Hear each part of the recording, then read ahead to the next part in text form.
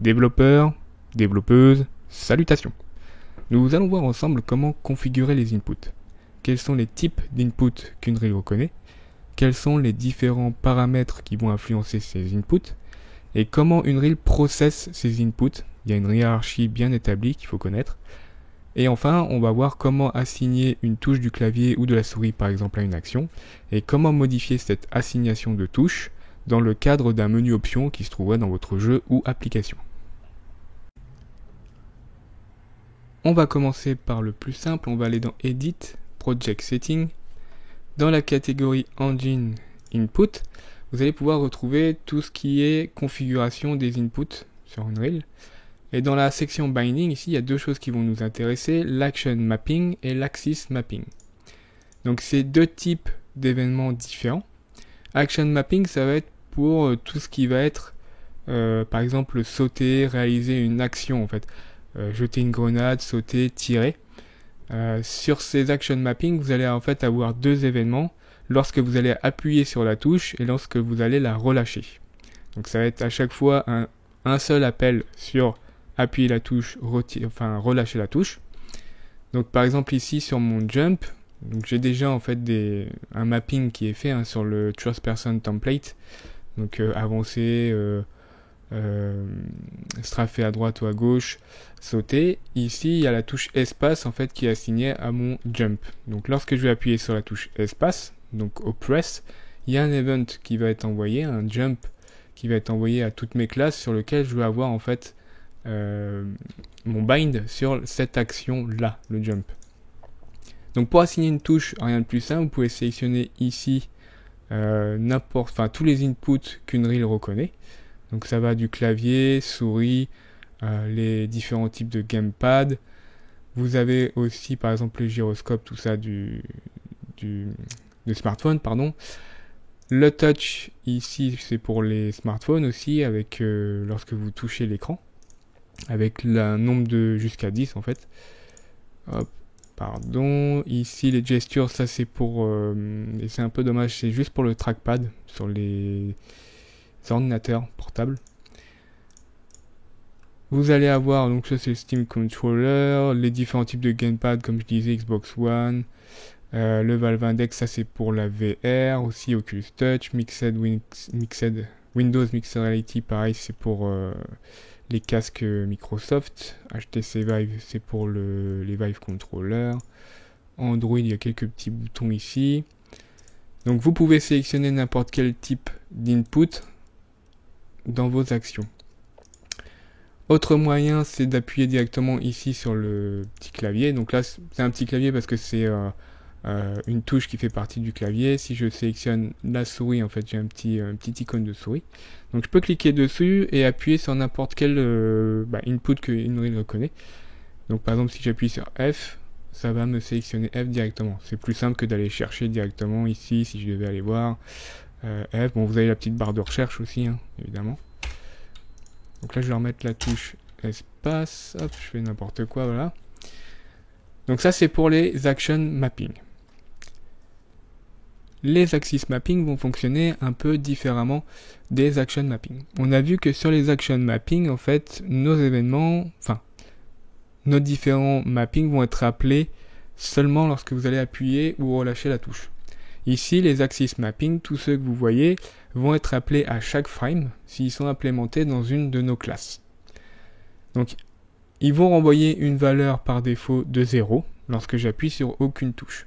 Par exemple, sur mon move forward backward, quand ça va être appelé par exemple dans mon first person character, si j'appuie sur aucune touche, mon personnage ne va pas bouger puisqu'il n'y a aucune touche qui est appuyée. Mais par contre, cet événement-là va être appelé tout de même à chaque frame. Lorsque je vais appuyer sur la touche Z, par exemple, ici vous avez le scale. Ça va me permettre de savoir si mon input est positif ou négatif. Donc si je veux que mon personnage avance avec la touche Z, il faut que je lui indique un scale de 1. Si je veux que mon personnage recule avec la touche S, je vais lui indiquer un scale de -1. Donc je vous conseille toujours de garder les scales entre -1 et 1.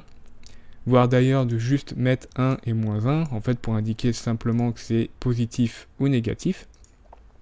Donc sur une touche du clavier, ça va être une valeur 0 ou 1, ou 0, moins 1. Sur par exemple le thumbstick ici, enfin sur le joystick de mon gamepad, ça va être un peu différent. Ici, il faut toujours laisser le scale à 1, enfin moi c'est ce que je vous conseille, parce qu'ici le joystick va vous indiquer automatiquement moins 1 ou 1, va avoir automatiquement en fait une valeur positive et négative. Par exemple, sur l'axe X de mon joystick, si je l'incline à droite, je vais avoir une valeur de 1, et si je l'incline à gauche, je vais avoir une valeur de moins 1. Donc je vous conseille toujours, encore une fois, de laisser ça à 1 ou moins 1, et de laisser le 1, en fait un scale de 1 sur vos joysticks. Donc comme pour les action mapping, vous pouvez en rajouter autant que vous voulez, en donnant un nom unique. Sinon il va en fait, comme je vous l'ai montré sur le jump, merger en fait ce que vous avez déjà en fait assigné comme touche. Donc c'est à peu près tout ici en ce qui concerne les actions et axis mapping, il n'y a rien de plus compliqué. Pour ceux qui le souhaitent, dans la partie avancée, on peut influencer un peu les valeurs que vous nous renvoyez en fait ici sur les action mapping. Alors seulement les action mapping et pas les actions, puisque les actions ici c'est toujours un event press release. Ici comme on a une valeur qui est indiquée, on va pouvoir, par exemple ici sur mon joystick, gamepad left, je vais pouvoir indiquer une dead zone. Donc ça c'est très intéressant pour éviter les mouvements parasites ou le drift qu'on peut rencontrer sur certaines manettes défaillantes. Je ne citerai pas Nintendo. Et du coup ça va permettre, là avec une valeur plus ou moins importante, d'éviter en fait les mouvements un peu archaïques, enfin un peu bizarres sur les personnages. En fait les joysticks vont toujours envoyer une valeur plus ou moins importante, ce qui va causer des soucis dans les mouvements de personnages. Donc on peut indiquer une valeur pour dire ok, tu me renvoies une valeur seulement en fait quand tu as atteint un certain seuil. Vous avez la sensitivity, donc ça va être plus utilisé sur la souris pour la vitesse en fait des mouvements. Vous avez l'exponent. Alors encore une fois, ici je vous conseille de laisser toujours une valeur de 1 moins 1. Ici, je vous conseille de laisser quand même l'exponent à 1. En fait, c'est un multiplier. Par exemple, ici, j'ai mon scale sur mon joystick de 1. Je vais pouvoir indiquer, par exemple, un multiplier de 5. Donc là, en fait, il va me renvoyer une valeur de 5. Je préfère rester en fait sur une valeur de 1 et ensuite, dans la classe, venir éventuellement ajouter un multiplier sur mes différents inputs. Ça me permet de mieux contrôler ça, surtout si c'est utilisé dans différentes classes. Enfin, vous avez le invert qui peut être intéressant au cas où vous voudriez en fait inverser. Je vous ai indiqué tout à l'heure que si je vais vers la droite, j'ai une valeur positive, et si je vais sur la gauche, enfin si j'incline mon joystick vers la gauche, j'ai une valeur négative. Vous pouvez tout simplement l'inverser. Donc si je vais sur la gauche, je vais avoir une valeur positive, et vers la droite, une valeur négative. Donc ça, c'est à vous de choisir. Vous n'allez pas avoir grand chose d'autre ici dans les axis config. Vous avez tout ce qu'il y a sur la VR, en fait sur les manettes VR, toujours pareil, même paramètres. Donc celui qui a fait tout ça a dû passer une superbe journée, de configurer tout ça par défaut. Et pour nous, en fait, c'est à peu près tout. Vous allez avoir différents autres paramètres. Ici, bon, ça c'est nouveau, c'est dans l'Unreal Engine 5. Utiliser en fait l'input UScale. Donc ça c'est des multiplicateurs qui sont directement dans la classe Pawn. Donc voilà pourquoi je vous indique de laisser le scale ici, parce qu'en fait on a des multiplicateurs, enfin des multipliers pardon, qui sont déjà dans notre classe Pawn. Ici vous allez avoir tout ce qui est mobile, donc vous allez pouvoir sélectionner différentes interfaces par défaut pour les contrôles virtuels. Vous avez les paramètres ici pour la souris, donc comme activer le mouse smoothing, le double click time, donc ça pareil, je vous laisserai regarder, rien de compliqué. Donc là ce qui était intéressant c'était vraiment cette partie là, si vous êtes nouveau sur Unreal. Donc ça va me permettre de vous montrer ici comment implémenter ces inputs. Pour implémenter les différents inputs que nous avons configurés dans les input settings, rien de plus simple. Ici dans mon Trust Person Character, dans l'Event Graph, je vais pouvoir faire un clic droit et afficher le menu contextuel. Et dans la Search Bar, je vais pouvoir récupérer les inputs que j'ai configurés par leur nom. Donc vous pouvez bien évidemment le faire sans la Search Bar, mais c'est un peu chiant à récupérer. Et du coup, dans le cas présent, sur mon Trust Person Character, j'ai déjà une fonction qui s'appelle Jump. Donc attention, hein, c'est pas celle-ci qu'il faut appeler. C'est bien celle qui se trouve dans Input Action Event, puisque mon Jump fait partie des Action Mapping. Donc si je clique là-dessus, en fait, je vais avoir un event qui va être appelé à chaque fois que je vais appuyer ou relâcher une touche, tout simplement. Donc là, pour vous montrer, je vais tout simplement faire un print avec un petit message précède et un petit release. Hop là. Je vais mettre ça sur mon press et release. Et vous allez voir, en fait, il n'y a rien de plus simple que d'implémenter les actions. Donc ici, si j'appuie sur aucune touche, il ne se passe rien. Si j'appuie sur espace, j'ai bien mon précède qui est affiché.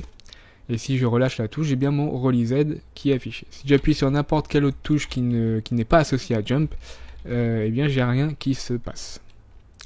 Donc voilà, il n'y a rien de plus simple ici que les action mapping à implémenter.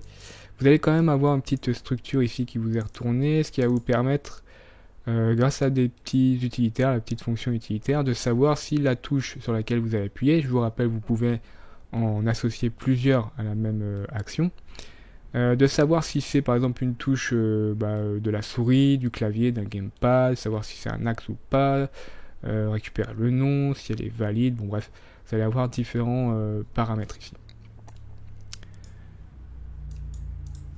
Donc les actions, les axis mapping, ça va être un peu différent. Le move forward, par exemple, je vais pouvoir le récupérer et en fait on va en avoir deux. Donc ici dans les inputs, je vais avoir axis event et axis value. Donc attention, ici avec la petite flèche, ça vous indique ici qu'on a notre event. Et cet event va être appelé à chaque frame. Donc ici, pour vous le prouver, je vais juste mettre un petit message axis. Je ne vais même pas lire en fait la valeur de l'axe. Vous allez voir ici, alors vous devez me faire confiance, j'appuie sur aucun bouton. Et j'ai bien en fait axis qui va être appelé à chaque frame. Donc cet event ici est appelé à chaque frame que j'appuie sur un bouton ou non. Par contre, la valeur de l'axe ici va changer en fonction des touches sur lesquelles j'appuie. Donc ici, il me renvoie bien une valeur de 0 puisque je n'appuie en fait sur aucune touche qui est associée à mon move forward. Par contre, si j'appuie sur Z, je vais bien avoir ma valeur de 1, comme je l'ai indiqué là dans le scale. Donc ma valeur positive et ma valeur négative si j'appuie sur S, mon moins 1. Et je reviens bien à 0 lorsque je n'appuie plus sur aucune des touches qui est associée. Donc là, ça va me permettre d'implémenter les mouvements, tout simplement de avancer, reculer sur mon personnage, donc en fonction de la valeur de l'axe ici. Donc on a vu qu'on pouvait récupérer autre chose, c'est les axis value. Donc là, je vais récupérer mon move forward, et ici dans axis value, en fait, c'est un getter qui va pouvoir me permettre de récupérer la valeur de l'axe ici à n'importe quel moment. Donc par exemple, je pourrais le faire au jump. Donc quand je vais sauter, en fait, quand je vais appuyer sur ma touche espace, je vais pouvoir lire la valeur de l'axe au moment où je saute. Donc alors ici, j'aurais peut-être dû enlever ceci pour qu'on puisse mieux voir. Donc si j'appuie sur ma touche espace et que j'appuie sur aucune autre touche, j'ai 0 qui m'est retourné. Si j'appuie sur Z et que j'appuie sur la touche espace, j'ai bien 1. Et si j'appuie sur S, j'ai bien moins 1 au moment où je saute. Donc là, ça permet, voilà, c'est un petit getter qui vous permet de récupérer la valeur de l'axe à n'importe quel moment. Et ici, ça vous permet de récupérer la valeur de l'axe à chaque frame. Je peux vous montrer, puisque là j'ai une manette qui est connectée, lorsque je vais bouger en fait mon joystick, je vais avoir, hop, alors si je clique ici, voilà, je vais avoir en fait ma valeur, comme je vous le disais, en fait, qui va être compris entre -1 et 1. Donc contrairement à une touche du clavier ou de la souris, où c'est comme un booléen, vous allez avoir appuyé et relâché, ici sur mon joystick, je vais avoir des valeurs intermédiaires en fait, entre -1 et 1. Donc voilà, c'était juste pour vous montrer avec le gamepad. Donc au niveau de l'implémentation des différents inputs, il n'y a rien de plus compliqué que ça du coup. Et on va en fait pouvoir voir ensemble les différents paramètres qu'on a sur les events ici, qui est consume input, execute when pause et override parent binding. Donc pour ça, il va falloir que je crée en fait différentes classes pour vous expliquer un peu comment fonctionne, enfin comment Unreal processe ses inputs et comment ces paramètres ici peuvent influencer un peu sa manière dont il va process ses inputs. Avant de créer les différentes classes qui vont me permettre de vous expliquer les différents paramètres qu'on trouve sur les events ici, il faut que je vous explique un peu comment fonctionne le système d'input sur Unreal. Alors ne quittez pas la vidéo, je ne vais pas rentrer en détail dans le code et moi-même me noyer dans les méandres d'Unreal, je vais rester en surface et essayer d'être le plus simple possible. Donc pour ça, je vais aller dans les project settings, et tout à l'heure, en fait au début de vidéo, je suis passé volontairement outre quelque chose de très important ici, et ce sont deux classes, le player input et l'input component. Donc ce qu'il faut savoir, c'est que lorsqu'un joueur appuie sur n'importe quelle touche, que ce soit un clavier, une souris, un gamepad ou n'importe quoi d'autre, c'est le player controller qui va récupérer cet input et qui va pouvoir gérer cet input via une classe qui va être implémentée dans le player controller, qui s'appelle ici le player input. Le player input va gérer les input components. Les input components, en fait, c'est un component qui va être implémenté dans chaque classe qui veut recevoir des inputs. Donc ça va par exemple être le pawn, on va avoir les actors, on va avoir le player controller lui-même, le level blueprint aussi. Donc ça c'est les différentes classes qui vont pouvoir recevoir des inputs. En gros, tout ce qui dérive à peu près toutes les classes qui dérivent de la classe actor va pouvoir recevoir des inputs. Donc ces différentes classes vont implémenter l'input component, vont ajouter l'input component et vont ensuite s'enregistrer auprès du player controller pour indiquer à la classe player input j'aimerais recevoir des inputs. Donc lorsque le joueur va appuyer sur la touche Z par exemple du clavier, le player input il va avoir une liste de toutes les classes qui veulent recevoir des inputs et il va en fait traiter ce tableau selon un ordre qu'il faut connaître. En fait il y a une hiérarchie dans Unreal pour les inputs et donc ça va commencer tout d'abord par les actors, ensuite ça va être le player controller, le level blueprint et le pawn. Donc ça c'est une hiérarchie qu'il faut connaître. Donc je ne vais pas m'étendre plus sur ces deux classes là. On verra en C++ très rapidement comment créer notre propre classe ici, éventuellement si vous voulez modifier le comportement. Donc ça va me permettre ici du coup de vous expliquer ceci, parce que ces paramètres vont directement influencer la manière dont Unreal va process ses inputs. Donc en vidéo, je me suis créé plusieurs classes qui peuvent recevoir les inputs.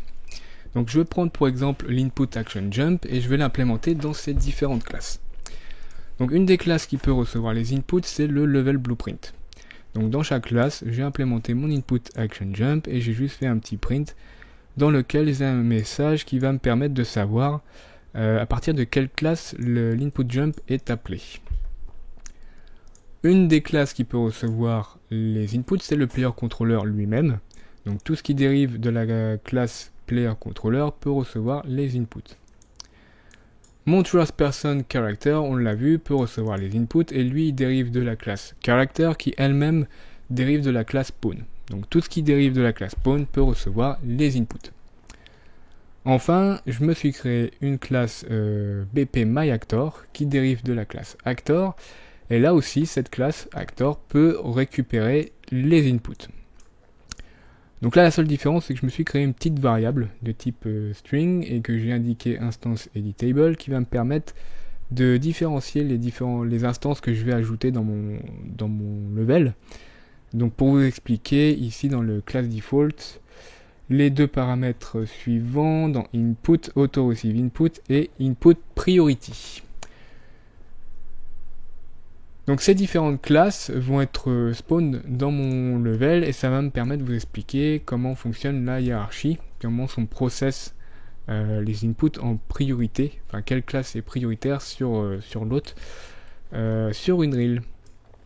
Une dernière chose avant d'expérimenter, que je dois vous expliquer, c'est que chaque joueur va se voir associer un player controller. Donc ce player controller va ensuite se voir associer un pawn. Donc le pawn va être créé de manière automatique par le framework Unreal, et il va être spécifié, en fait la classe qui va être spawn va être spécifiée dans le game mode. Donc soit vous spécifiez une classe, soit vous pouvez lui indiquer none. Si vous indiquez none, en fait, soit il va vous créer un pawn classique, enfin un pawn générique, dans lequel vous ne pourrez rien faire, mais ça va éviter que le moteur crache. Soit, si vous ajoutez directement l'instance de votre pawn dans le level, vous allez pouvoir indiquer, ici taper auto, dans la barre de recherche, et dans Auto Possess Player, vous allez pouvoir indiquer quel player va possess cette instance. Donc dans le cadre de jeux multijoueurs, par exemple, vous allez pouvoir indiquer que cette instance va être contrôlée par le player 2, par exemple, ou le player 0. Donc si vous faites ça, vous pouvez indiquer ici la classe none. Dans le cas contraire, il vaut mieux spécifier la classe dans le game mode. Donc moi, je me garde le fonctionnement par défaut, et du coup, mon pawn va être créé automatiquement sur mon player start, à l'endroit en fait de mon player start. Donc je vous ai parlé de deux paramètres, les input priority et l'auto receive input. L'auto receive input et l'input priority va être à mon sens inutile sur le level blueprint, le player controller et tout ce qui est pawn. Pourquoi? Parce que le player character va pouvoir contrôler un seul pawn à chaque fois. Donc si imaginons que vous avez une dizaine de pawns sur votre level, le seul pawn qui va recevoir des inputs, c'est celui qui va être contrôlé par le player character. Le player controller, pardon. Le level blueprint, lui, il va recevoir les inputs quand il va pouvoir les recevoir, c'est-à-dire quand il va être process en fait dans la hiérarchie, en fait dans le tableau. Du coup, il y a un certain ordre que je vais vous expliquer. Et du coup, ces deux paramètres-là vont être très utiles pour les actors. Donc, ceux-ci ne vont pas recevoir les inputs automatiquement. Vous allez devoir lui spécifier ici dans Auto Receive Input quel player va lui envoyer, enfin quel player controller, donc associé au joueur, va lui envoyer les inputs. Donc ici, moi, je vais lui indiquer player 0 parce que dans mon projet, je suis le seul joueur. Donc, on va cliquer sur Play ici, comme si je lançais mon jeu. Et si j'appuie sur espace, on voit que j'ai qu'un seul message qui est affiché à l'écran, et c'est Called from Actor. Donc ça me permet déjà de vous dire que les différentes implémentations dans mes différentes classes, ici, ne sont pas appelées tous en même temps. Donc je vous ai dit, il y a une hiérarchie, et du coup, ça va être la classe Actor qui va recevoir en priorité les inputs. Ensuite, vous allez avoir une priorité sur cette classe Actor. Donc ici, ça va me permettre, je vais mettre par exemple Actor 1. Et je vais en mettre deux autres par exemple. Et ici, je vais mettre Actor 2 et Actor 3. Voilà, donc c'est des noms assez simples. Et ils reçoivent tous des inputs du player 0. Donc là, ce qui se passe, c'est que en fait, il va avoir une priorité. Ici, il va prendre le dernier qui a été créé, mais je peux lui indiquer, par exemple, que le premier que j'ai créé, il va avoir une priorité supérieure. Donc je le place à 1. Tandis que les autres ont une priorité à 0. Ce qui fait que, ici, en fait, il va process les inputs sur celui qui a la priorité supérieure, donc sur mon acteur ici. Donc la première instance que j'ai créée, du coup, qui a une priorité supérieure. Donc bien évidemment, si par exemple sur mon deuxième, je lui indique une priorité, je mets 5, voilà pour le test, il va mettre l'acteur 2. Donc tout ça c'est très bien, mais imaginons que dans mon level, j'aimerais que les acteurs puissent recevoir les inputs, mais que mon pawn aussi puisse recevoir les inputs. Donc là, ce que je vais faire, c'est que sur ma classe actor, je vais pouvoir vous expliquer le consume input. Encore une fois, je vous ai dit, il y a un tableau en fait des input components qui va être process. Donc là en fait sur le tableau il va organiser ça, la première chose c'est les actors. Ensuite, il va process le reste. Mais ce qui se passe ici, c'est que vous avez consumé l'input. C'est-à-dire que il va s'arrêter au premier, la première classe en fait qui va consommer l'input. Donc si je veux que d'autres classes puissent recevoir ce même type d'input, il faut que je lui indique en fait qu'il ne consume pas d'input. Donc ça veut dire que tout ce qui va en fait être à un niveau inférieur dans la hiérarchie et avec une priorité inférieure, pouvoir récupérer les inputs aussi. Donc là je vais dans mon level, j'appuie sur la touche espace et là ce qui se passe en fait c'est que j'ai mes 3 instances de mon actor qui vont afficher le message et du coup j'ai mon player controller. Donc le player controller est la seconde classe qui va pouvoir recevoir en fait dans la hiérarchie les inputs. Maintenant je fais la même chose dans mon player controller, je désactive le consume input et dans mon level si je fais de nouveau espace j'ai une nouvelle classe en fait qui reçoit les inputs, c'est le level blueprint. Donc le level blueprint est la 3e classe dans la hiérarchie qui va pouvoir recevoir les inputs. Et enfin, vous avez deviné, la dernière classe à recevoir les inputs, c'est le pawn. Voilà, du coup je fais espace et du coup j'ai bien mon pawn qui est appelé. Ce qu'on voit aussi, c'est qu'en fait sur toutes les classes, donc que ce soit mon actor, le player controller, le level blueprint ou le pawn, tous reçoivent l'input. Donc ça c'est plutôt intéressant, ça permet en fait d'avoir plusieurs classes qui reçoivent chacun les inputs, enfin le jump, l'event jump.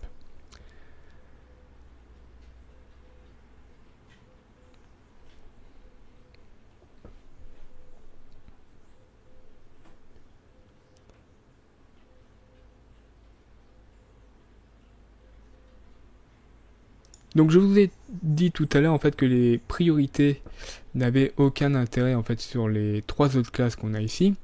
Donc tout d'abord le level blueprint. Donc imaginons que le level blueprint je lui mets une priorité de 100. Voyons voir ce qui se passe.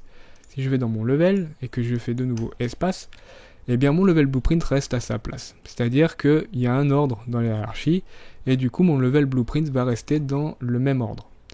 Donc on va avoir la même chose. Et je vais pas avoir besoin vraiment de vous le montrer. Je vais vous le montrer évidemment pour que vous n'ayez pas de doute là-dessus. Ici, dans mon input priorité, je vais mettre 1000.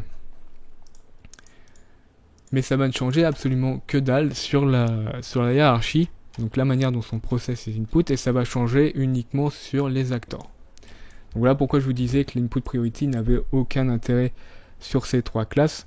Puisqu'en fait... comme c'est à chaque fois en fait des classes je dirais uniques, voilà, le level blueprint vous en avez qu'un par level, le player controller vous en avez qu'un par joueur et le pawn du coup il y en a qu'un qui est possess par le player controller, donc les input priority n'a pas d'intérêt et le seul intérêt qu'on va avoir c'est sur les actors, sur les classes qui vont dériver de la classe actor.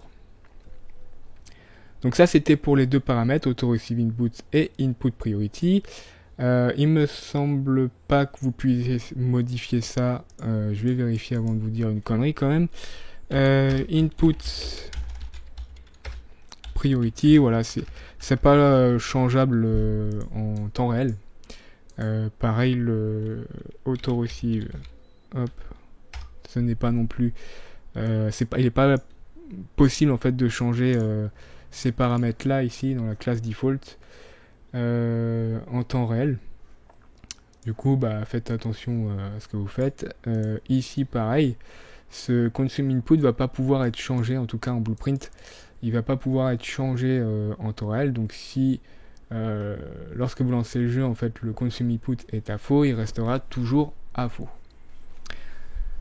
Une autre chose qu'on peut voir maintenant c'est l'execute when pause. Donc ça, pour l'exemple, je vais me mettre par exemple le set game pause, hop. Et comme son nom l'indique, ça va permettre, alors je vais peut-être faire un flip-flop ici pour vous montrer quand même. Hop.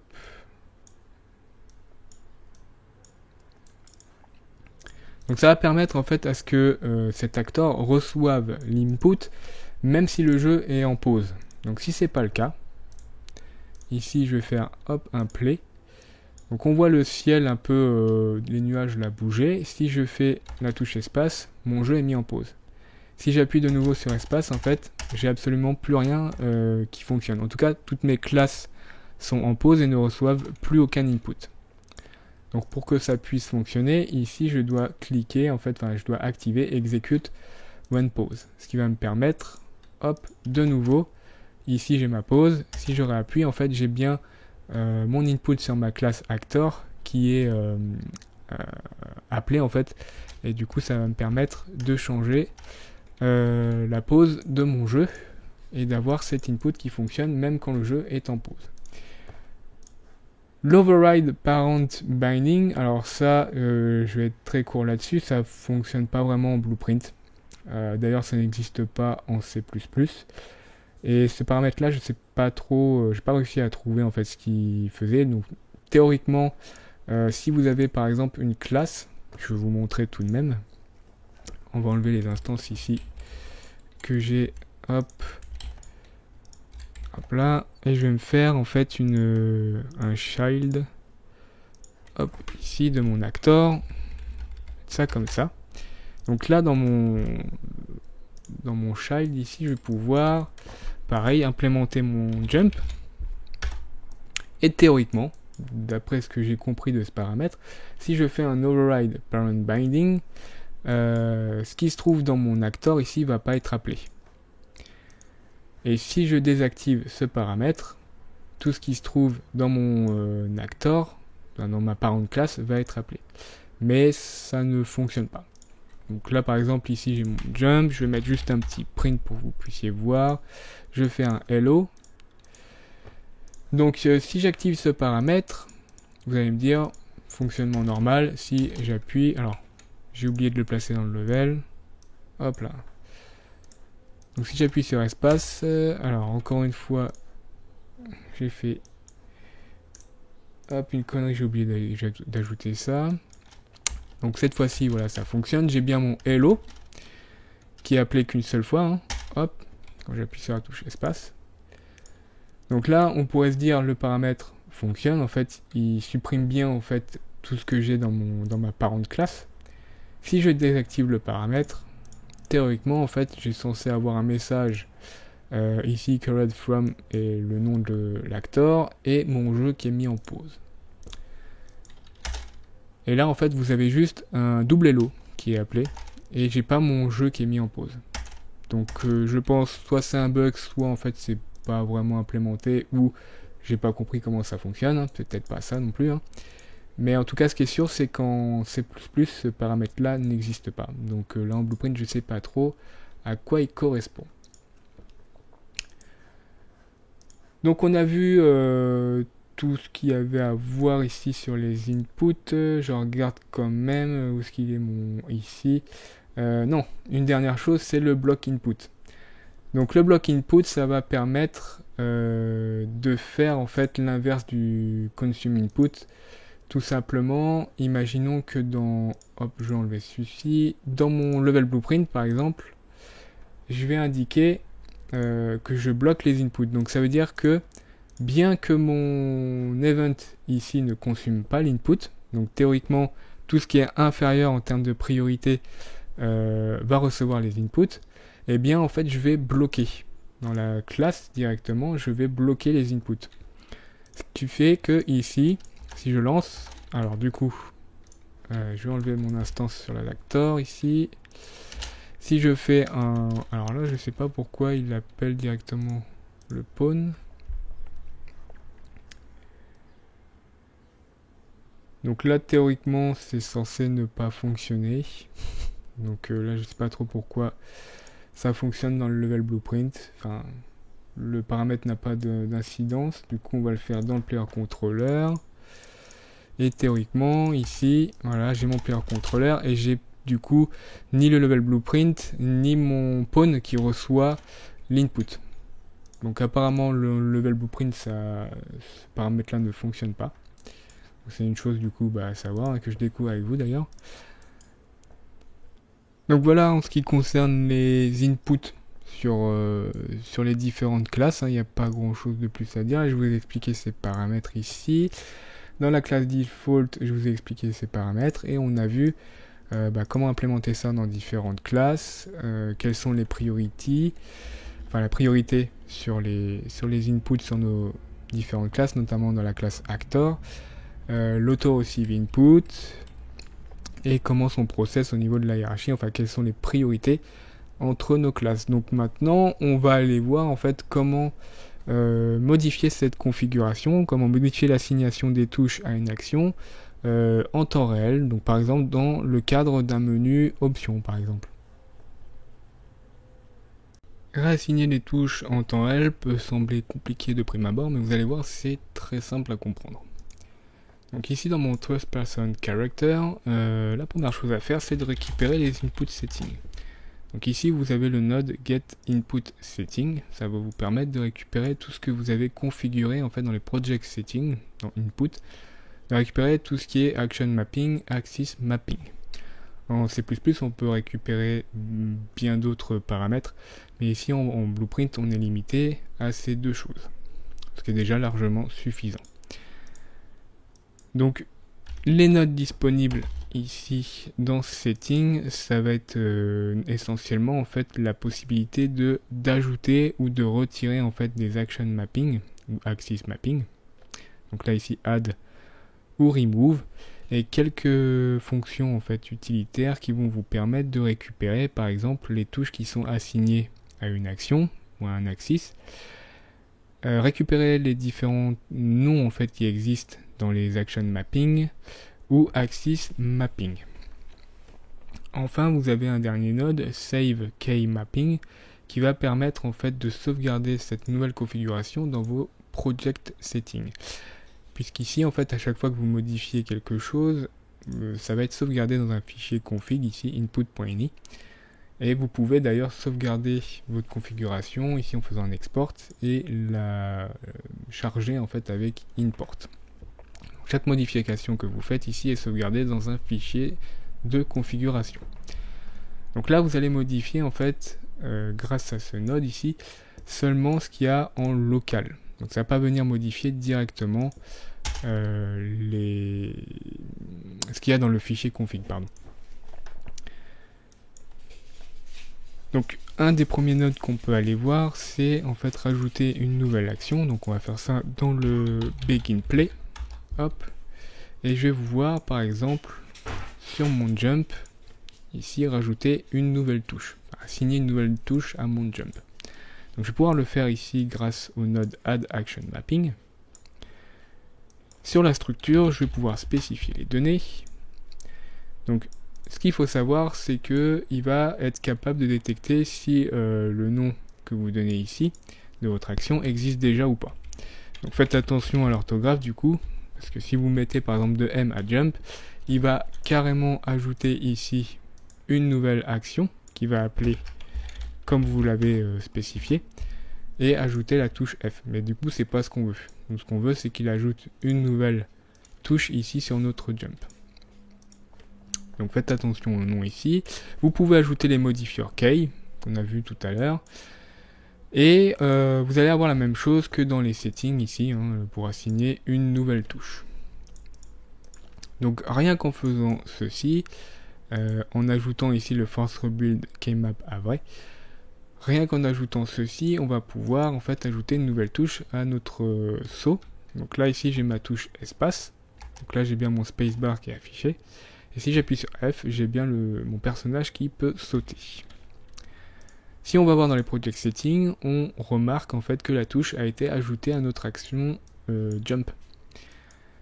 Mais ce n'est pas sauvegardé. Il va falloir en fait faire un save key mapping pour sauvegarder ça dans notre fichier config. Si ici le moteur crash ou alors je décide de fermer complètement le moteur et de le relancer,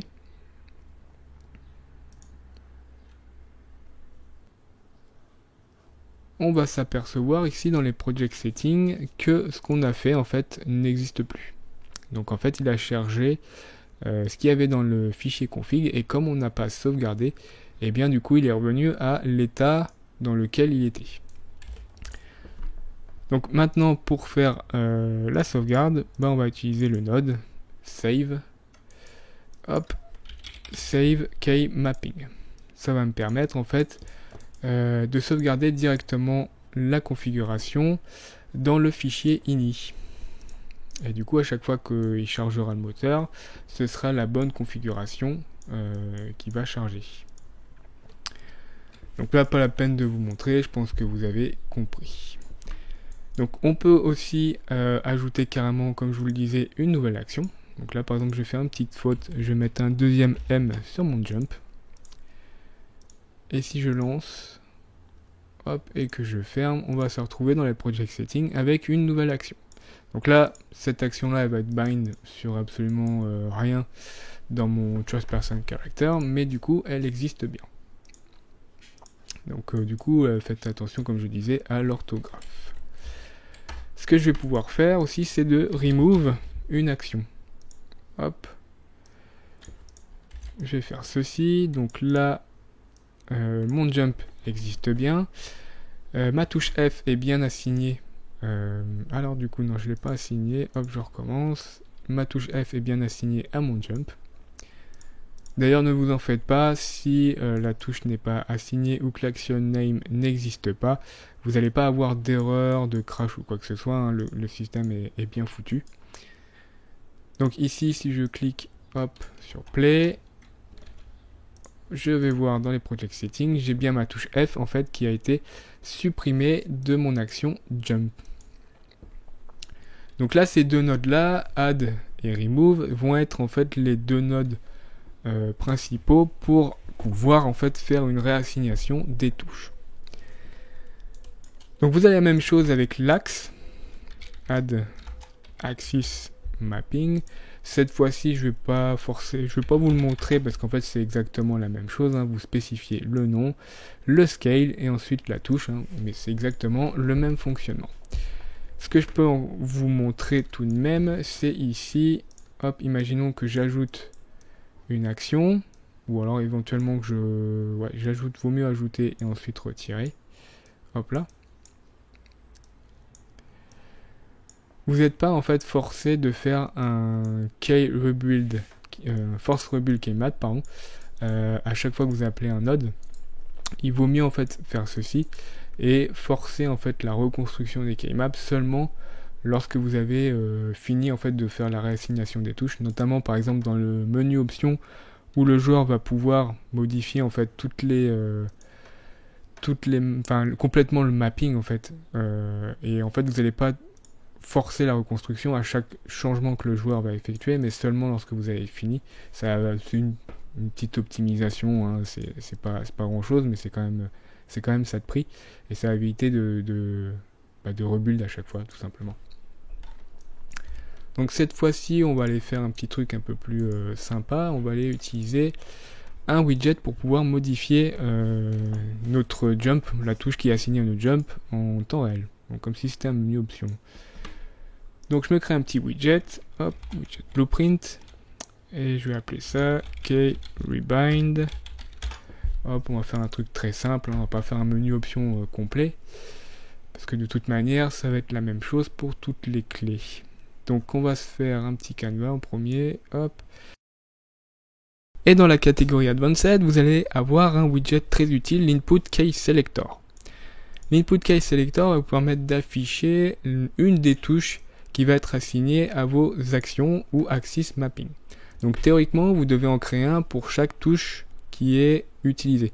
Donc par exemple, dans le cadre du Axis Mapping, je vais avoir un premier widget pour avancer, un autre widget pour reculer et éventuellement un autre pour la touche du gamepad. Donc là, moi, dans mon cas du tuto, on va juste l'utiliser pour le jump. Je vais venir remplacer à chaque fois en fait l'assignation de la touche pour mon jump. Donc ici, le style, bon, c'est pas le sujet du tuto, là je vais juste le modifier parce que je trouve ça dégueu et les gars, ils ont pas modifié ça dans la dernière version du moteur. Hop. Voilà, on va modifier ça vite fait. Voilà. Donc là, ce qui va nous intéresser ici, c'est que lorsque le joueur ou l'utilisateur va cliquer sur ce widget, le widget va recevoir le focus sur tous les inputs que vous utilisez.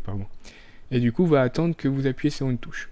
En attendant, il va vous afficher un petit texte pour dire en fait que vous avez que ce widget a bien le focus.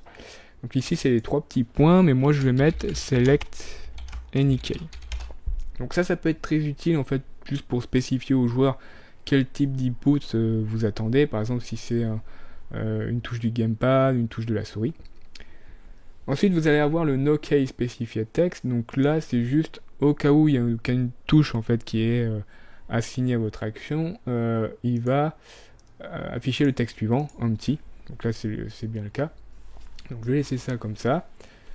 Dans les Key Selection, vous avez quelques paramètres intéressants, c'est-à-dire que vous allez autoriser en fait différents types d'input. Donc là, c'est les modifiers Key, Ctrl Alt Shift Command, ou autoriser, enfin vous pouvez autoriser les deux évidemment, les touches d'un gamepad, tout simplement.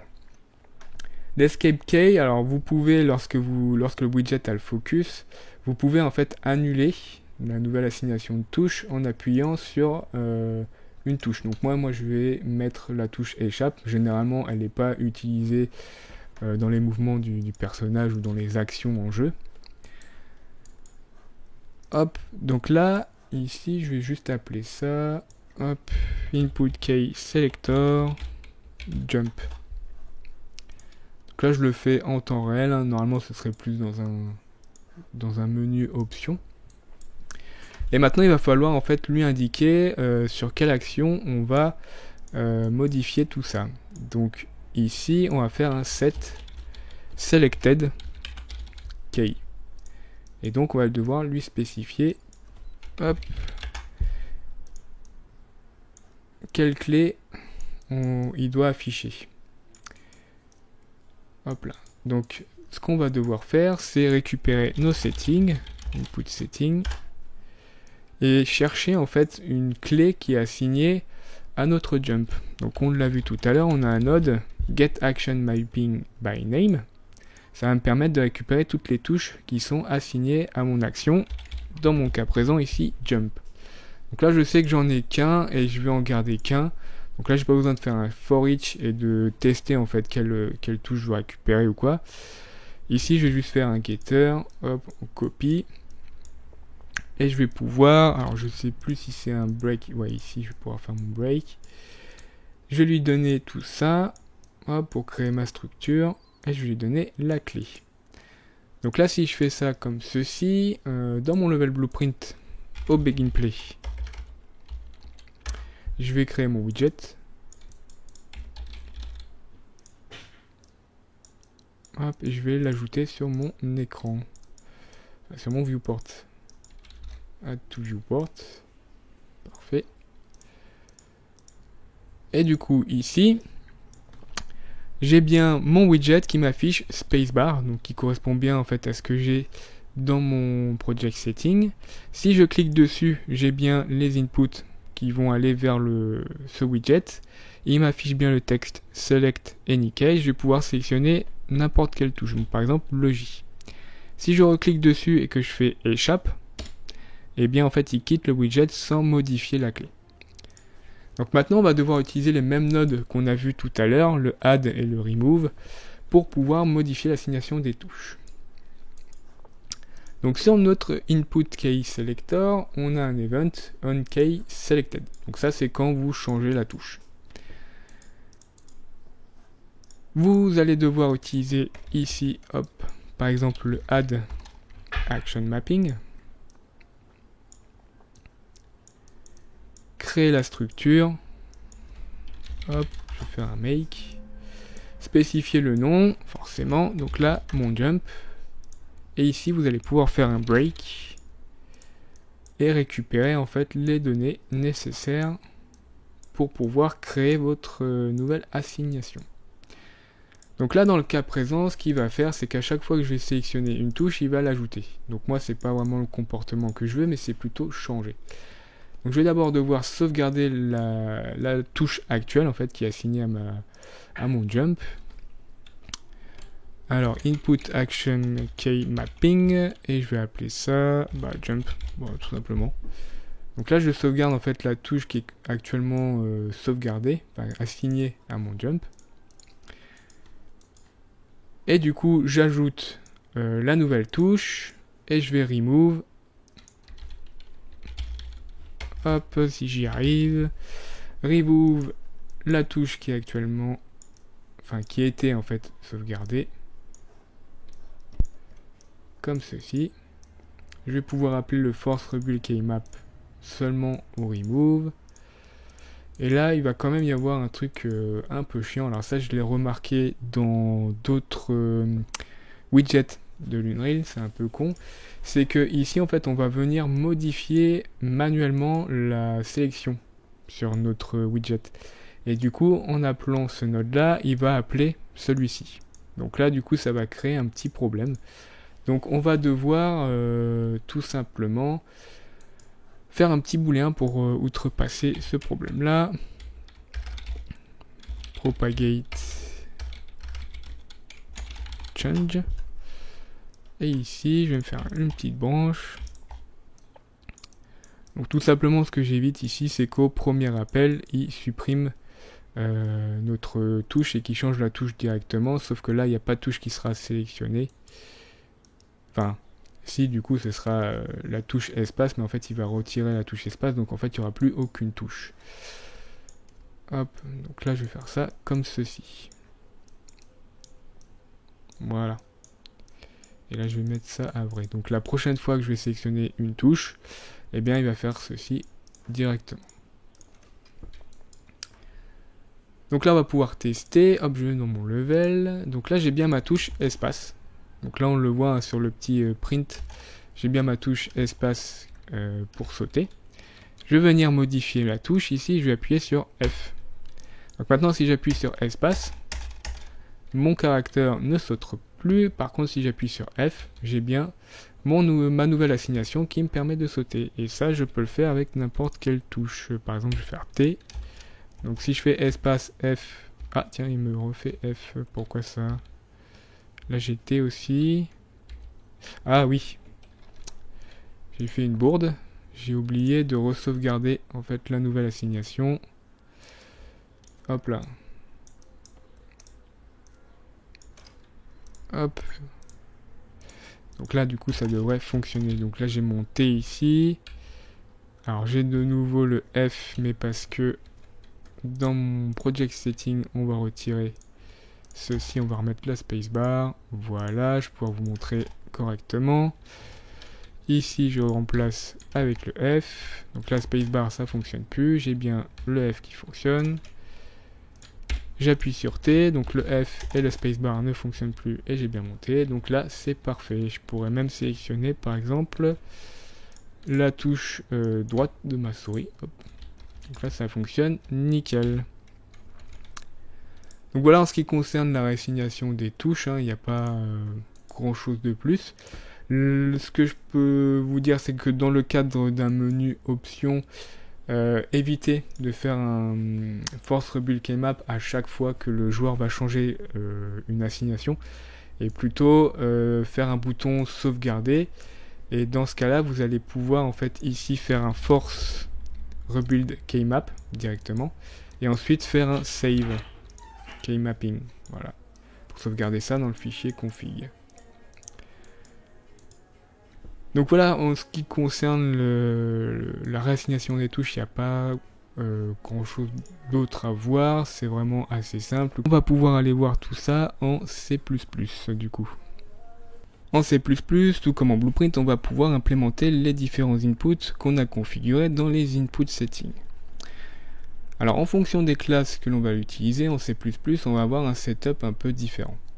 Donc on a vu en Blueprint qu'on avait plusieurs types de classes qui pouvaient récupérer les inputs. Donc toutes les classes qui dérivent de Pawn, toutes les classes qui dérivent d'Actor, toutes les classes qui dérivent du Player Controller, ainsi que le level Blueprint.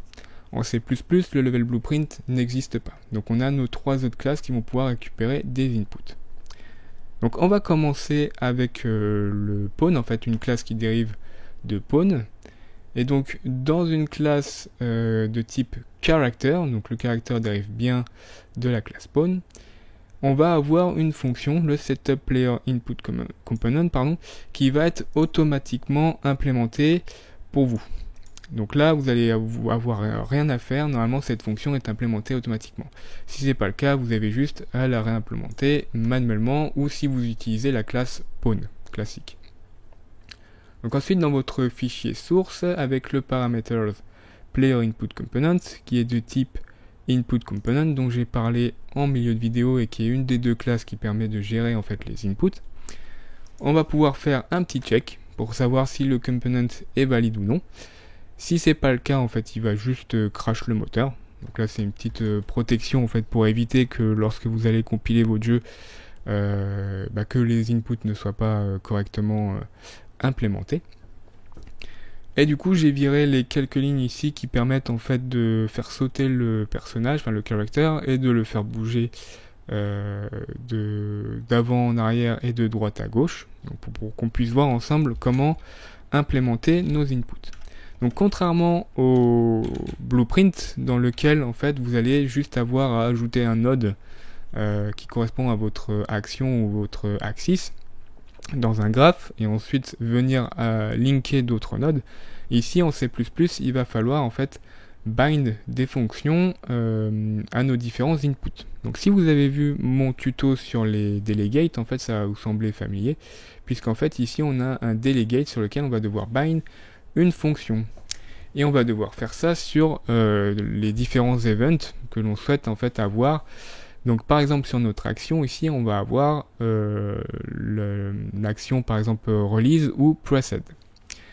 Donc la première chose à donner, c'est quand même le nom de notre input. Donc ici en C++, c'est un truc notable qui n'existe pas ailleurs d'ailleurs. C'est qu'il va être au courant de ce qui se passe dans l'éditeur. Donc là, dans mes input settings, il va être au courant, là j'ai l'autocomplétion, sur mon jump. Donc ça c'est assez remarquable puisque, en règle générale, le C++ ne sait absolument pas ce qui se passe au niveau de l'éditeur, et en ce qui concerne les blueprints. Donc ici, il sait que j'ai mon jump dans les actions, donc c'est plutôt cool, ça me permet de voir l'autocomplétion et d'éviter de faire des conneries en fait au niveau de l'orthographe. Donc sur mon jump, comme je le disais, je voudrais en fait bind une fonction sur mon event precede. Donc on en a d'autres, des events, je vous en parlerai juste après. Et du coup, sur notre delegate, on va lui indiquer où se trouve ma fonction. Donc ici, je dis que c'est sur ma classe classique input character, donc je mets mon this. Et je vais pouvoir lui spécifier ici, alors dans ma base class character, j'ai ma fonction qui permet de faire sauter le personnage. Donc ici j'ai mon jump. Donc cette fonction, en fait, elle doit être de type void, en fait elle retourne absolument rien, et elle n'a pas d'input. Alors théoriquement, voilà, ici j'ai bien mon void, et dans mes inputs, en fait, je n'ai absolument rien. Donc je pourrais ajouter un input, et du coup l'ajouter ici, mais ça je vous laisse aller voir mon tuto sur les delegates. Et du coup pour indiquer à mon character ici que j'arrête de sauter, il faut que je bind une fonction sur le jump, mais cette fois-ci au release. Donc là on va faire la même chose au release, toujours dans ma classe, hop. Et ici, dans mon aCharacter, j'ai une fonction qui s'appelle stop jumping. Voilà. Donc ça me permet de faire sauter le personnage. Donc ensuite, sur les axes, on va avoir à peu près la même chose. Un petit détail près. C'est que sur les bind axes, on va pouvoir de nouveau lui indiquer sur quel input on veut bind notre fonction. Donc ici avec l'autocomplétion c'est plutôt cool, je vais pouvoir lui indiquer le move forward backward, et je vais avoir en fait directement la fonction à lui donner. Donc là sur mon delegate on voit que ma fonction en fait elle doit retourner un void, donc elle retourne rien, et je dois avoir un float comme input. Donc ici, sur ma classe classique input character, j'ai bien une fonction move forward qui retourne rien et qui a comme input un float. Donc ça, c'est pour la valeur en fait de l'axe. Donc je vais pouvoir lui indiquer ici, hop, this classic input, et là la fonction move forward.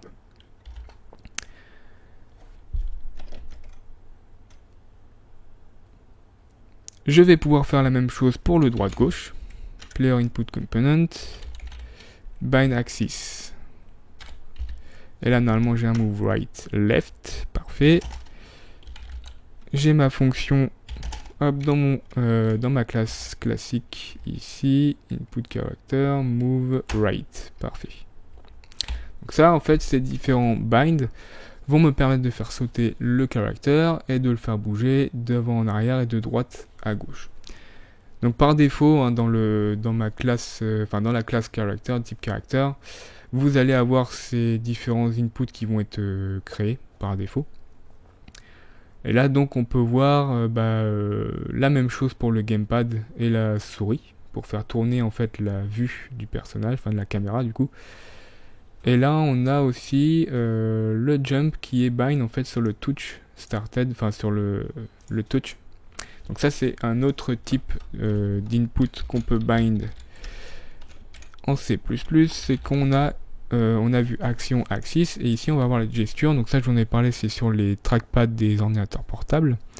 Ici le touch, donc ça c'est pour tout ce qui est mobile. Et enfin on va avoir trois choses. Le bind key, donc ici en fait vous allez renseigner directement la clé. Donc on va plus être sur à donner le nom en fait d'un input qui existe dans les settings, on va lui donner une clé directement. Donc par exemple ici je vais lui donner n'importe quelle clé, ça va être un input chord. Alors il va pas me le donner comme ça. Hop, F input. Hop, merci, voilà, et je vais pouvoir lui indiquer ici quelle clé je veux utiliser. Donc là EK, et je vais pouvoir lui spécifier à peu près toutes les clés en fait qui existent. Que Unreal peut gérer, hein. Donc là on a tout plein de choses, l'accélération, le ampersand, voilà, tout ce genre de choses. Hop, vous en avez un bon paquet, hein. Hop. On va prendre le A par exemple. Et ici, donc là j'utilise le constructeur hein, par défaut d'input chord. Hein. Vous avez bien d'autres choses, vous pouvez ajouter par exemple une modifier key, ce genre de choses. Vous avez même un booléen ici. Donc moi pour l'instant ça m'intéresse pas. Vous allez avoir le key event comme on a pu le faire sur le action. Vous allez spécifier la classe et là encore une fois c'est une fonction qui retourne rien. Voilà, un void. Sauf dans le cas où vous utilisez cette implémentation ici où il vous faut en input un fki. Donc comme on a pu le voir en blueprint où on a une petite structure en fait qui nous est retournée qui permet d'avoir quelques infos sur l'input qui a été sélectionné par le joueur ou l'utilisateur. Donc ça c'est pour le bind key. On va avoir d'autres choses, ça va être ici je vous ai dit en fait de faire attention entre le bind axis et ces deux autres fonctions ici, le bind axis key et le bind vector key. Bind vector axis pardon. Donc ici le bind axis, on l'a vu, retourne, c'est pas retourne, c'est que l'input de type axis retourne une valeur de type float. Ici ça va être un vector. Donc là faire attention, c'est à peu près la même chose, il faut quand même spécifier la clé, hein, ce n'est pas, ça fait pas partie des settings, dans les input settings. Là il faut spécifier la clé comme on a pu le voir sur le bind key, et vous allez avoir une fonction avec un input de type fvector à ajouter du coup. Et le bind axis key, ça va être la même chose que le bind axis, sauf que là vous allez spécifier en fait une clé directement qui est de type axis du coup. Donc ça peut être les joysticks, ce genre de choses. Hop là. Autre chose que je peux vous montrer, c'est que ici lorsque vous faites un bind, il va vous retourner une structure f input axis binding. Et ça va me permettre d'avoir les petits paramètres qu'on a vus en blueprint, comme le consume input, le execute when pause. Il y a que ces deux paramètres là, d'ailleurs j'étais en train de réfléchir sur d'autres, mais il n'y a que ces deux paramètres là. Donc là-dessus vous pouvez faire un f input action, du coup non c'est axis binding ici. Hop, alors on va pas faire un tab. F input axis binding, voilà. Hop, alors il vous faut la référence, hein, évidemment, ne faites pas une copie, sinon ça va pas fonctionner. Donc là, il faut la référence. Donc je vais mettre un nom classique, voilà, Axis Binding, c'est juste pour vous montrer. Et du coup, sur cette Axis Binding, je vais pouvoir spécifier les paramètres, comme par exemple le Consume Input. Donc là, c'est un booléen, hein, et du coup, un vrai ou faux. Voilà. Donc là, contrairement au blueprint, vous pouvez modifier ce paramètre, hein, évidemment, si vous avez sauvegardé cette variable. Donc ici, pas en local, hein, mais directement dans votre fichier .h. Vous pouvez récupérer ici l'Axis Binding et modifier son Consume Input, enfin sa valeur ici, Consume Input. Et vous avez la même chose pour le Execute when paused. Ça permet de faire comme ce qu'on a vu en blueprint.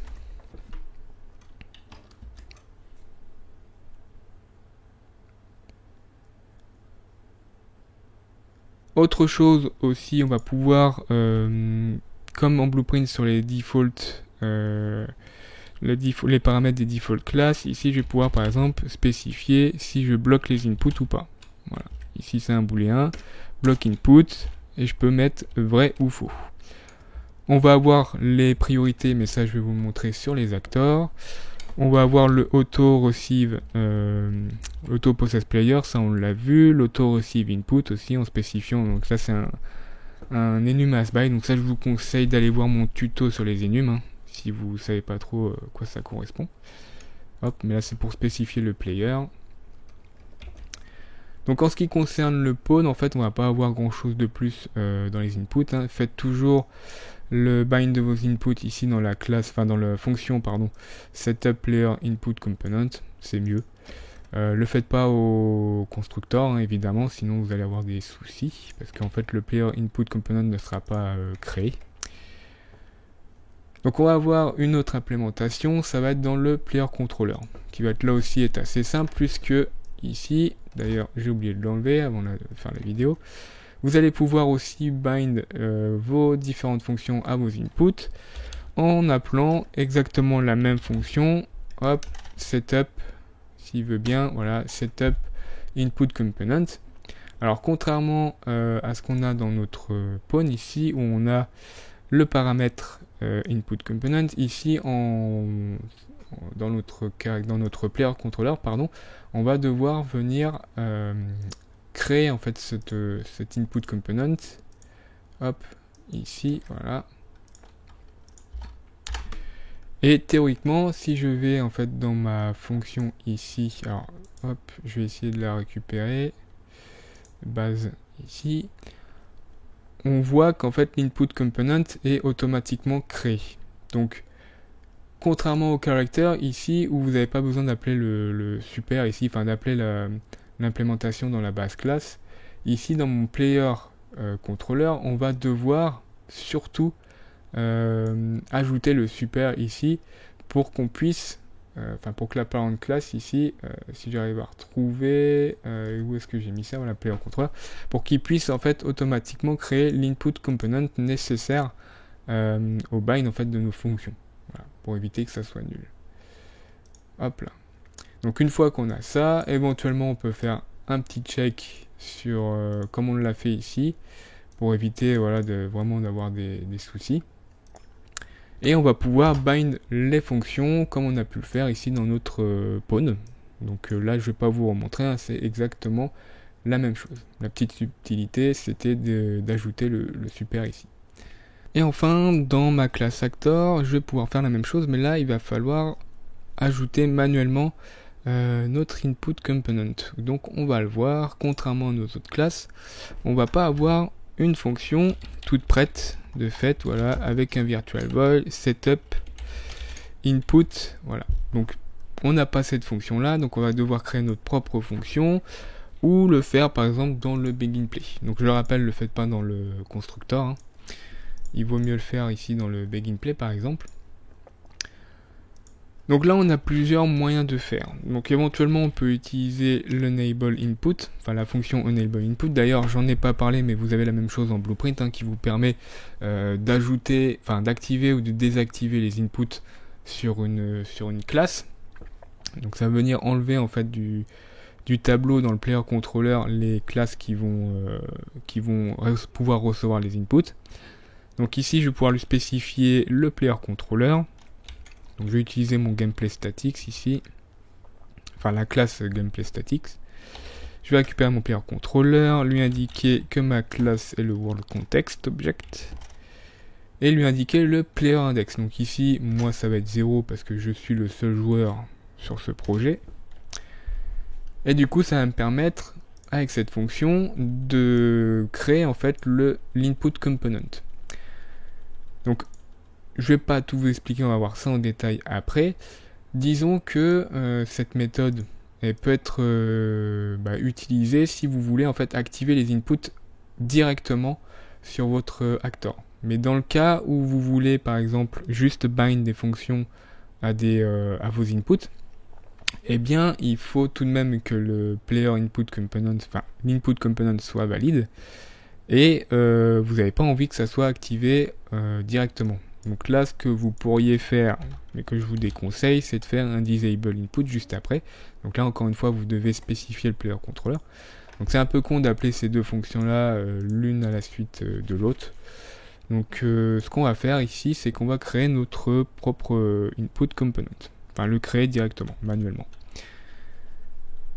Donc l'input component, il va être déjà en fait, cette variable va déjà être créée dans la base classe actor. Donc tObjectPointer uInputComponent. Donc on va pouvoir l'utiliser pour créer en fait, notre objet qui va être de type uInputComponent. Voilà.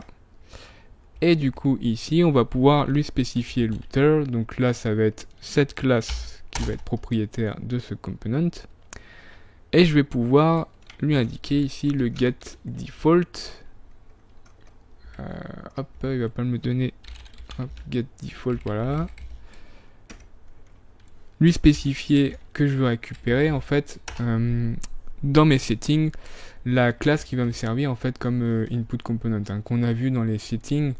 C'est une des deux classes que je vous ai parlé. Donc là je vais pouvoir récupérer ça comme ceci. Get default. Alors je me suis gouré. uInput, oui je me suis gouré. uInput setting. Hop voilà, uInput setting. Il va implémenter, enfin va ajouter automatiquement l'include nécessaire. Et théoriquement, ici, je devrais pouvoir avoir mon get default input component class. Donc là, tout simplement, il va venir récupérer ici dans les project settings la classe de la classe par défaut en fait de notre input component class. Hop, je repars sur mon C++ ici. Et du coup, j'ai mon component qui est créé. Donc maintenant, tout comme n'importe quel component, il va devoir être registered. Alors je sais pas si ça se dit comme ça d'ailleurs. Bref, register component. Donc ça c'est à peu près le cas pour n'importe quel component sur une reel. Donc des fois c'est fait automatiquement, ici il faut le faire manuellement. Et on va pouvoir spécifier quelques paramètres si on le souhaite. Donc l'input component, donc par exemple la priority et le block input. Donc là on va prendre la variable qui existe déjà en fait dans notre base classe de l'actor, block input, et on va pouvoir aussi spécifier la priority, qu'on a utilisé tout à l'heure en blueprint. Donc là c'est pareil, je vais avoir alors je sais plus comment ça s'appelle, je crois que c'est input priority, voilà. Hop. Et du coup, on va devoir lui indiquer à ce component qu'on veut recevoir en fait les inputs. Donc là, on va faire un uInput delegate binding, input delegate binding. Donc là encore, il va ajouter l'include nécessaire. Et on va prendre la fonction bind input delegate. Donc là, ça va indiquer en fait que cette classe va récupérer les inputs. Donc get class ici. Donc là on spécifie juste la classe et enfin on lui donne l'input component qu'on vient de créer. Hop là. Donc on peut éventuellement, mais dans ce cas-là, on peut utiliser directement la fonction en fait qu'on a vue sur enable input, faire un push ou un pop. Alors, je vais vous expliquer en fait un peu ce que c'est ici. Donc sur le player controller, je peux indiquer, j'ai deux fonctions, le pop input component et le push input component. Ça va tout simplement indiquer au player controller qu'on ajoute l'input component dans le stack. En gros, dans le tableau dans lequel en fait la classe va se trouver et qui veut recevoir des inputs. Donc là, on le fait par l'intermédiaire de l'input component. Donc le pop ici, c'est pour retirer en fait mon input component du stack, et mon push input component, ça indique au player controller que je veux ajouter un nouveau input component dans le stack, donc dans le tableau. Donc là ici, nous on va pas le faire, puisqu'en fait ce que je voulais vous montrer, c'est que je voulais juste en fait bind des fonctions sur mon actor sans activer les inputs directement. Donc là, on va pouvoir, en fait, de manière classique, récupérer l'input component, hop, et là, venir commencer à bind, comme je vous l'ai montré dans le caractère ou dans le player controller, nos différentes fonctions à nos différents inputs. Donc voilà en ce qui concerne la manière, en fait, d'implémenter ceci dans un actor en C++. Du coup, pour activer les inputs, ensuite on pourra, lorsque vous le souhaitez, dans n'importe quelle fonction, à part dans le constructeur, appeler enable input ou directement faire ce que je vous ai dit, player controller et faire un push ou un pop. Bon, bref, utilisez plutôt pour activer les inputs, enable input ou disable input. Donc comme il vérifie que l'input component est déjà créé ou pas, ça va pas poser de soucis. Donc voilà en ce qui concerne en C++ la possibilité en fait de venir bind des fonctions sur nos différents inputs. J'ai un message, bref. Du coup, je vais pouvoir vous montrer comment on peut faire réassigner une touche en C++. Alors ça va être là aussi assez simple et ça va être similaire à ce qu'on peut avoir en C++. Donc on va devoir déjà faire un get input setting. Qu'est-ce que je fais? Je me suis cru en blueprint. You input setting, pardon, hop, voilà, donc ça c'est la classe en fait dans lequel j'ai mes settings. Et on va pouvoir récupérer l'instance. Voilà, get input setting. Et on va pouvoir venir en fait, tout ce qu'on a fait en blueprint, on va voir la même chose ici avec le add action mapping, le add axis mapping, et on va pouvoir en fait lui spécifier le key mapping. Donc là, j'ai pas vraiment besoin en fait de vous remontrer. On a deux implémentations possibles. Une où vous allez pouvoir spécifier le booléen ici à vrai et faux pour forcer le rebuild des key maps. Donc là, on va avoir comme en blueprint en fait une structure à créer. Donc ça, c'est exactement la même chose qu'en blueprint, du coup je vais pas la refaire en C++. Et du coup on va voir tout ce qu'on a vu en blueprint et on va voir d'autres choses. Donc là vous allez avoir en fait ici dans cette classe, vous allez avoir beaucoup plus de choses qu'en blueprint. Le FOV, vous pouvez récupérer plein de paramètres et modifier plein de paramètres aussi. Et vous allez pouvoir aussi sauvegarder donc avec le save ici, voilà, save key mapping. Alors ici vous avez une fonction save config, mais je vous conseille pas de l'utiliser. Utilisez plutôt le save key mapping, c'est fait pour ça.